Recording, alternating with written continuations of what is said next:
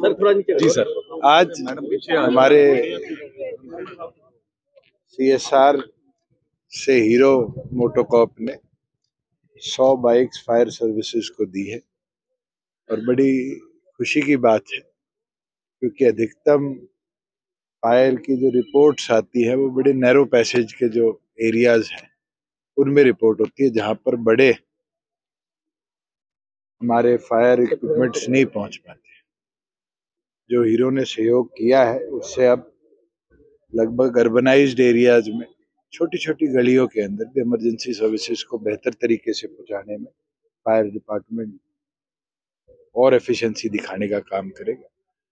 और हमने पिछले समय में अधिक ऐसे कदम उठाए हैं जिनमें फायर सर्विसेज को बेटर इक्विप कैसे किया जाए, जिसमें अब हाई पावर में केस गया हुआ है जहां 80 मंजिल तक के भी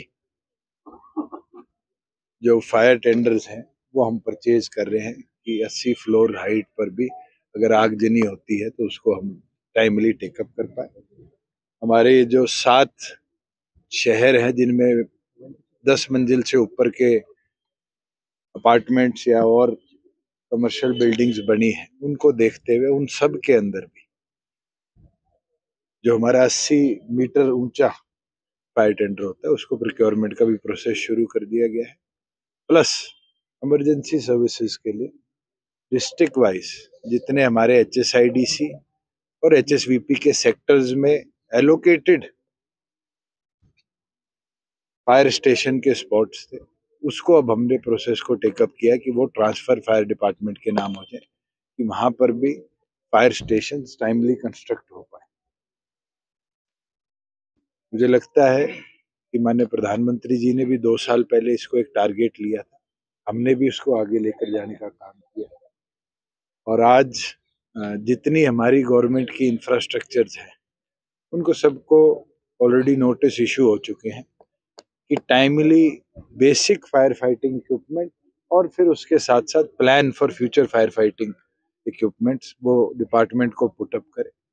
और अब धीरे धीरे जो हमारी यूनिवर्सिटीज़ हैं उनको भी नोटिस इशू कर दिए गए हैं, जितने हमारे और एजुकेशनल इंस्टीट्यूट्स हैं उनको भी हम नोटिस इशू कर रहे हैं क्योंकि जहाँ बड़ी संख्या में लोग रहते हैं वहाँ प्राइमरी फायर फाइटिंग इक्विपमेंट्स मुझे लगता है मैंडेटरी है और टाइमली उनको भी हम टेकअप करने का काम।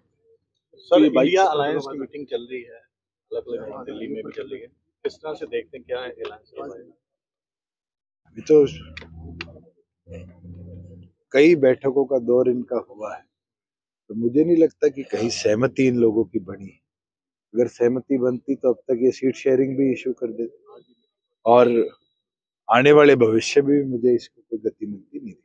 सर, लोकसभा चुनाव जी ने भिवानी की जो सीट है वो अनाउंस कर दी है सर, उसको लेकर के आपसी क्योंकि आपका गठबंधन भी है, कोई चर्चा पहले हुई या फिर सीधे आपने? देखिए, अब भिवानी लोकसभा सीट पर डॉक्टर अजय सिंह चौटाला जी सांसद रहे हैं और मुझे लगता है कि संगठन के तौर पर भी आज के दिन हमें काम करना है और जैसे हमारे राष्ट्रीय अध्यक्ष ने कहा है पार्टी के कार्यकर्ता अपने काम में जुट जाएंगे। तो लोकसभा चुनाव को लेकर किस तरह की तैयारी जेजेपी ने शुरू कर दी है? हमारी 6 लोकसभा क्षेत्रों की रैलियां हो चुकी है, बचे लोकसभा क्षेत्रों के अंदर भी जल्द रैलियां करेंगे और मैं ये मानता हूँ कि कार्यकर्ता पूरी तौर पर तैयारी में है।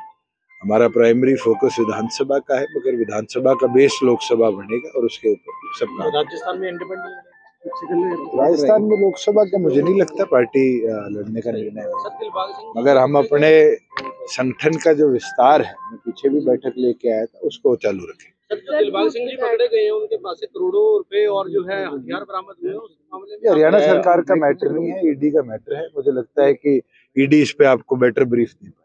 सर, आप सभी लोकसभा सीटों पर लड़ेंगे बीजेपी के गठबंधन के साथ या अपने ही उम्मीदवार? अभी तो दोनों पार्टियां मिलकर फैसला करें।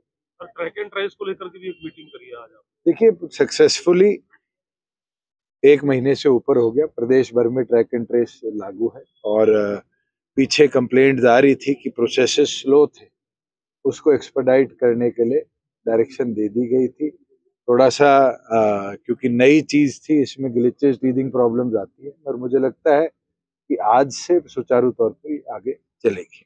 सर, भूपेंद्र सिंह हुड्डा का बयान आया है, मैं ना टायर्ड हूँ ना रिटायर्ड। मुझे लगता है एक कहावत है, राज और खाज तो खुद करे मजा आता है, और उस कहावत को देखते हुए मुझे नहीं लगता कि ये जितने टायर्ड रिटायर्ड के आसपास के लोग हैं ये हमारी जैसी पीढ़ी को आने देंगे। मैं तो ये मानता हूँ कि जनता इस पे फैसला करेगी, और जिस तरह का ये जो 4 प्रदेशों में चुनाव हुआ है, ये जो ना टायर्ड ना रिटायर्ड वाली कैटेगरी के लोग हैं उन सबको जनता ने बाहर कर दिया। अच्छा सर, अगर लोकसभा के साथ विधानसभा भी अगर होगी हरियाणा की, तो आपको क्या लगता है ठीक कदम है अगर फैसला है देखिए, इसका? मैं तो वन नेशन वन इलेक्शन के पक्ष में हूँ। ये रिसोर्स भी बचाता है, और रिसोर्स के साथ साथ इससे पॉलिटिकल पार्टीज को भी फायदा होता है।